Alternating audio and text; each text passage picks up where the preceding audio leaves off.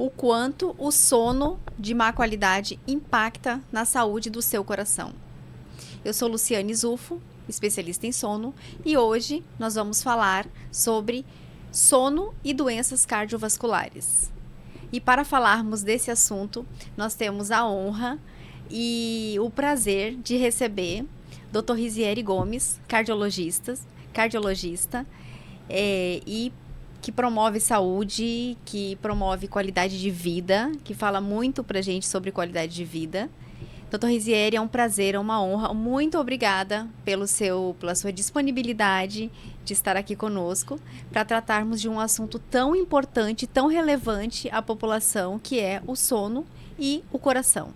Bom, prazerzão, Luciane, estar aqui. Para mim é uma honra estar participando de um podcast tão gostoso de assistir como esse daqui. Para mim vai ser bem legal. Obrigada. A gente trocar essas figurinhas, esse bate-papo e a gente falar sobre saúde. Eu sempre falo que existem alguns remédios que você nem presta atenção, que ele tem um grande benefício, e o sono é um pilar importante de uma boa saúde, né? Então, a falta dele te gera uma série de problemas, a deficiência dele te traz tanto problema e às vezes a gente não consegue nem dar valor. A gente esquece o básico. Eu sempre falo que nada melhor que um arroz com feijão bem feito, né? Cuida dos 80% e que os 20% eles vêm na carona de um hábito bom. É verdade. E o sono, como o senhor mesmo falou, é um pilar para a nossa saúde. Sono, alimentação e atividade física. Então, hoje a gente vai conseguir abordar todos esses assuntos.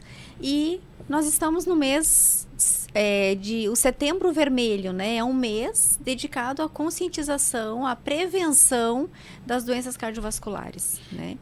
E nós sabemos que as doenças cardiovasculares são as doenças que mais matam no mundo. Então, assim, a gente precisa levantar essa bandeira, né, de prevenir doenças cardiovasculares. E o sono, ele é essencial para que a gente consiga ter qualidade de vida, consiga ter um coração saudável, né? Isso mesmo. Às vezes a gente se pega, eu me pego às vezes, será que eu não estou sendo repetitivo? Porque como a gente produz conteúdo em rede social e a gente fala todos os dias disso, às vezes a gente cansa de ouvir, mas eu não crio para mim, eu crio para você que está assistindo do outro lado. E te conscientizar, te dar o discernimento de fazer as melhores escolhas, é o propósito, muitas vezes, do canal. Então, a gente tirar um tempo para falar sobre doença cardiovascular faz sentido? Bom, a cada 90 segundos uma pessoa nos deixa no Brasil por conta da doença cardiovascular. Então faz total sentido a gente falar sobre isso. E não é ser repetitivo, é você ser enfático em falar para você ter um grau de consciência tão elevado ao ponto de fazer escolhas mais inteligentes. Porque saúde, ela é um conjunto de escolhas que você fez ao longo da sua vida. A gente precisa se incomodar. Hoje a gente vai falar de sono. Você está com sono ruim? Isso te incomoda? Pois deveria. Vai investigar. Não vai atrás da solução de curto prazo para dormir. Vai entender o porquê que você está dormindo mal. Esse é o primeiro passo para você começar a cuidar de remédios naturais que você tem. E dormir bem é um belo de um remédio. Exatamente. E hoje a gente vai começar a falar um pouquinho da relação do sono com a primeira, a gente sempre fala a primeira, né? A primeira doença cardiovascular e a mais prevalente, que é a hipertensão arterial, que é a pressão alta, né? Então, assim, como é que o sono, Dr. Rizieri, ele impacta na pressão arterial da pessoa? Como é que o sono pode desencadear, né? O que pode acontecer durante o sono que pode levar uma pessoa a desenvolver pressão arterial alta? Perfeito. O sono de qualidade, ele passa por todas as fases, né? Então, você passa lá pelo sono REM, o sono não REM, que é dividido em 3 fases. E as fases mais profundas do sono não REM, eles são momentos de recuperação do teu coração, do teu sistema elétrico, do sistema muscular do coração. Pessoas que têm distúrbio do sono, eles não têm essa recuperação, não têm o decréscimo da frequência cardíaca, ou seja, você não reduz a frequência cardíaca para um nível mais de repouso, ele mantém sempre muito alta, os vasos não relaxam, o músculo não relaxa, então você tem um grau de tensão na parede dos vasos maior, o teu coração acaba tendo um esforço maior crônico ao longo de uma vida, e isso traz consequências. A gente tem pessoas com sono ruim, tem cortisol mais elevado, que é o hormônio do estresse, tem mais adrenalina circulante como consequência do sono ruim. Isso aumenta a frequência cardíaca, aumenta a constrição do vaso e, consequentemente, se eu tenho vaso mais constricto, mais apertadinho e frequência cardíaca maior, a pressão está mais alta. Então, é uma questão de a gente entender um pouquinho da fisiologia, do funcionamento do nosso sistema cardiovascular. Porque quando a gente impacta, às vezes a gente tem alguns exames que são, as pessoas que estão assistindo e que já fizeram, são exames inesquecíveis. A gente pede o mapa e eu até brinco, assim, é um exame para o paciente decorar o nome da gente. Tem um nome diferente, né? Então, o mapa, ele lembra de mim o dia inteiro, porque ele fica me xingando, porque é um aparelho que aperta ele a cada 15 minutos enquanto está acordado e a cada 30 minutos enquanto está dormindo. Nos dá uma ideia de como está a pressão dele, ele não consegue relaxar. Muitas vezes, o padrão fisiológico de uma pressão arterial é quando ele chega à noite e vai deitar, ele tem uma redução de em torno de 20% da pressão arterial. Sim. Isso é o fisiológico. Né? Então, esses pacientes às vezes não têm isso. Às vezes tem uma qualidade de sono tão ruim que até aumenta a pressão enquanto está dormindo. Então, às vezes a gente medica o paciente por conta da pressão noturna, mas não investiga a qualidade do sono da pessoa. A gente tem ferramentas para isso, para investigação. Precisamos ser curiosos, eu preciso me incomodar com a minha condição fisiológica. Tipo, se eu não estou dormindo direito, por que será que eu não estou dormindo direito? E não buscar um remédio para que eu não estou dormindo direito, logo preciso de um medicamento.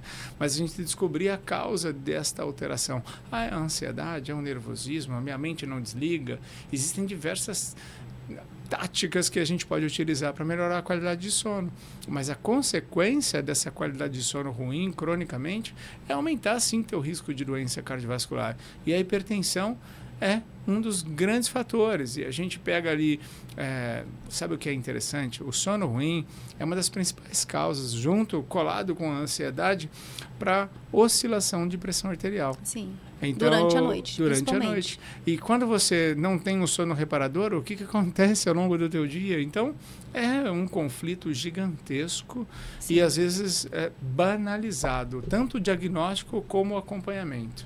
É verdade. Então, a maioria dos pacientes, eles chegam ao consultório, né, com um quadro de hipertensão, de pressão alta, e a maioria dos médicos acabam iniciando uma medicação, né? Então, assim, veja como é importante fazer o diagnóstico, olhar para o paciente como um todo, perguntar para o paciente como está o seu sono, porque muitas vezes, como o senhor relatou, muitas vezes essa pressão arterial alterada está associada ao sono de má qualidade, há um distúrbio no sono. E esse distúrbio que geralmente é a apneia do sono, onde o paciente tem as paradas respiratórias e nessas várias paradas que ele faz respiratórias durante o sono, ele tem essa elevação da pressão.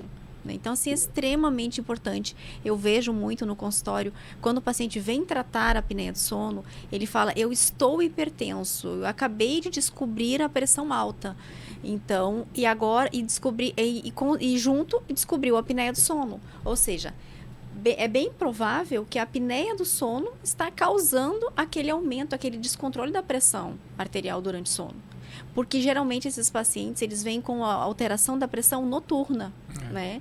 E aí quando a gente começa a tratar a apneia, a pressão arterial ela declina e ela realmente volta para os níveis que ela deveria estar, que ela deve estar durante o sono.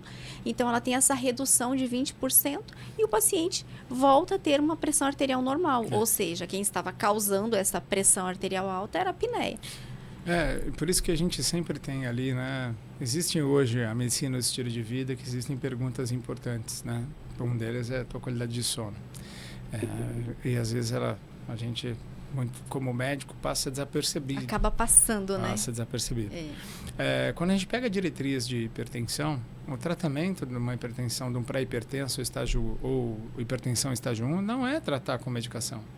É simplesmente induzir o paciente à investigação de outras causas e, ao mesmo tempo, fazer uma intervenção no estilo de vida. Uhum. Não é simplesmente, cara, vai para academia, come melhor.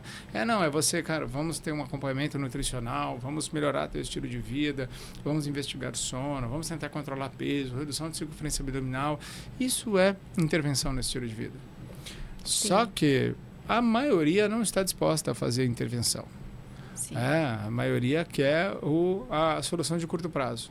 Então, o desafio é tentar trazer as pessoas para uma bandeira que elas levantam muito, às vezes, na rede social, que é o que, porque remédio, tudo bem. Você não gosta de remédio? Ótimo, também não gosta de prescrever.